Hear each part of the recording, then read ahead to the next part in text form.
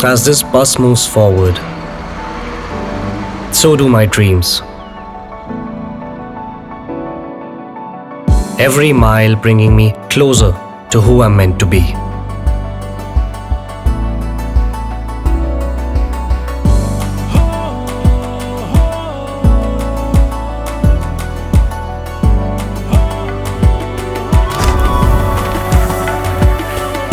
Sinkhania Educational Institute, cultivating knowledge.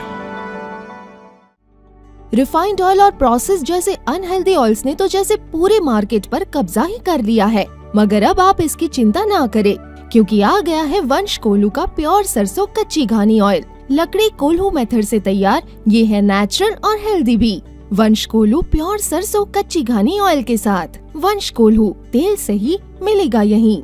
नमस्कार, आप देख रहे हैं आई इंडिया और मैं हूं डॉक्टर पंकज सिंह गौर। ताश के पत्तों में तुरुप का इक्का जिसके पास होता है, जीत उसकी होती है। राजनीति के क्षेत्र में भी आज हम समझाने का प्रयास करेंगे कि तुरुप के इक्के की बदौलत कैसे बाजी पलटी जा सकती है, कैसे जिताया जा सकता है हारा हुआ चुनाव। तो चलिए आज हम आपको आंकड़ों के जरिए बताने का प्रयास करेंगे। 2024 लोकसभा चुनाव में उत्तर प्रदेश के सीतापुर संसदीय सीट पर इस बार तुरुप का इक्के पर क्या बहुत कुछ निर्भर रहने वाला है। तुरुप का इक्का कौन है या हम आगे आपको बताएंगे। इससे पहले जान लें कि सीतापुर संसदीय सीट पर भाजपा से तीसरी बार राजेश वर्मा चुनावी मैदान में हैं। राजेश वर्मा 4 बार के सांसद हैं। इंडिया गठबंधन प्रत्याशी के तौर पर कांग्रेस के नकुल दुबे फिर से एक बार उनसे मुकाबला करेंगे। 2019 लोकसभा चुनाव में नकुल दुबे बसपा सपा गठबंधन से लड़कर भाजपा के राजेश वर्मा से 1,833 वोटों से हार गए थे।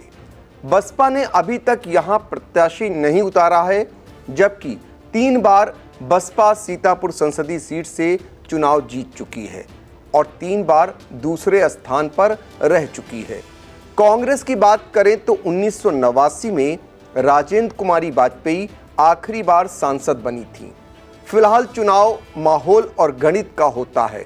जो भी अपने पक्ष में यह दोनों चीजें कर ले जाता है वही जीत जाता है, लेकिन जो विपरीत परिस्थितियों में आंधी में भी अपनी नौका को पार लगा ले जाता है वह बड़ा खिलाड़ी तो कहा ही जाएगा।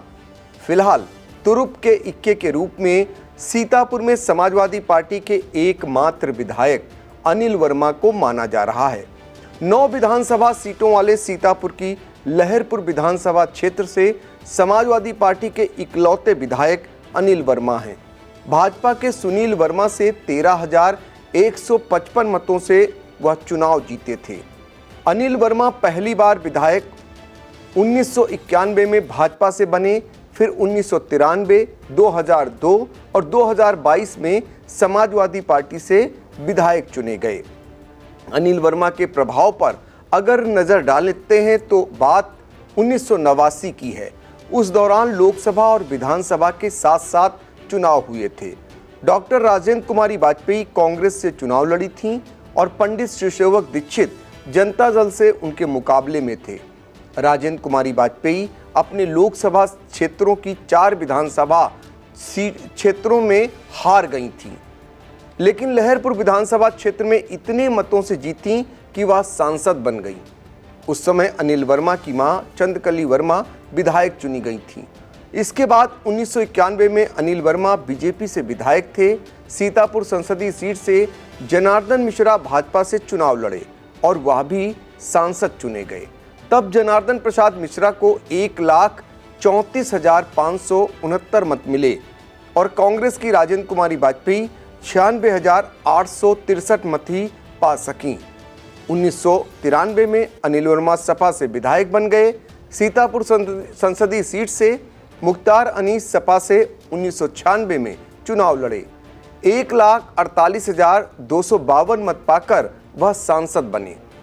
भाजपा के जनार्दन प्रसाद मिश्रा को 1,38,206 मत ही मिल सके।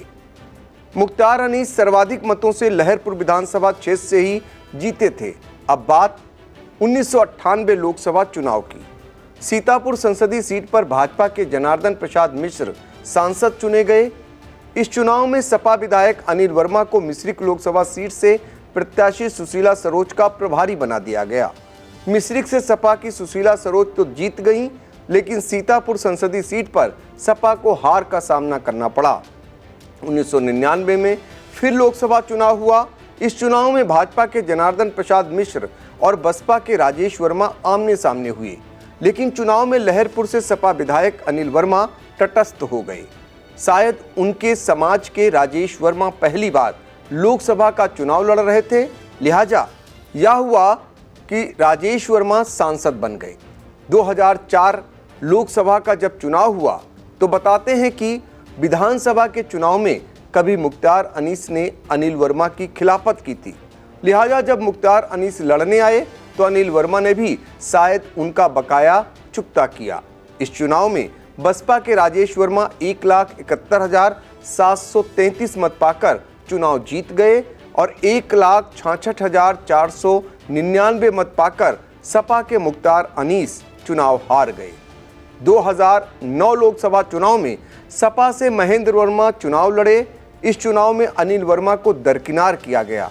नतीजा यह हुआ कि बसपा की कैसर जहां 2,41,106 मत पाकर चुनाव जीत गईं और सपा के महेंद्र वर्मा 2,21,474 मत पाकर चुनाव हार गए। 2014 लोकसभा चुनाव में मोदी की ऐसी आंधी चली कि स्थानीय किसी नेता का कोई जोर नहीं दिखाई दिया। इस आंधी ने बसपा से भाजपा में आए राजेश वर्मा 4,17,546 मत पाकर सांसद बन गए।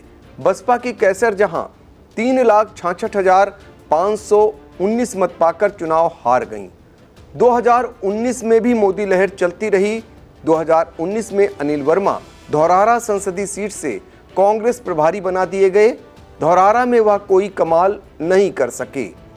यहां कांग्रेस प्रत्याशी जितिन प्रसाद की जमानत तक जब्त हो गई, लेकिन 2022 विधानसभा चुनाव में अनिल वर्मा ने जो कमाल किया वह उनकी जनता पर पकड़ को साबित करता है और यह भी दर्शाता है कि 2024 लोकसभा चुनाव में गठबंधन के प्रत्याशी के लिए अनिल वर्मा तुरुप का इक्का हैं, क्योंकि अन्य 4 विधानसभा सीटों पर भाजपा के विधायक हैं।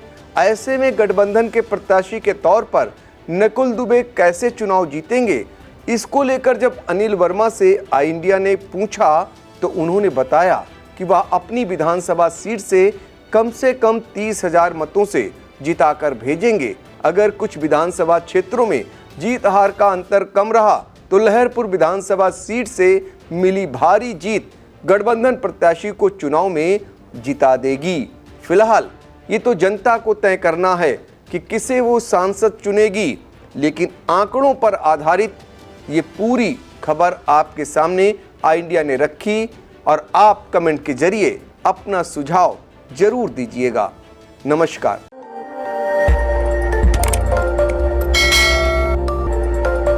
खबर आपकी, नजर हमारी। देखते रहिए आई इंडिया।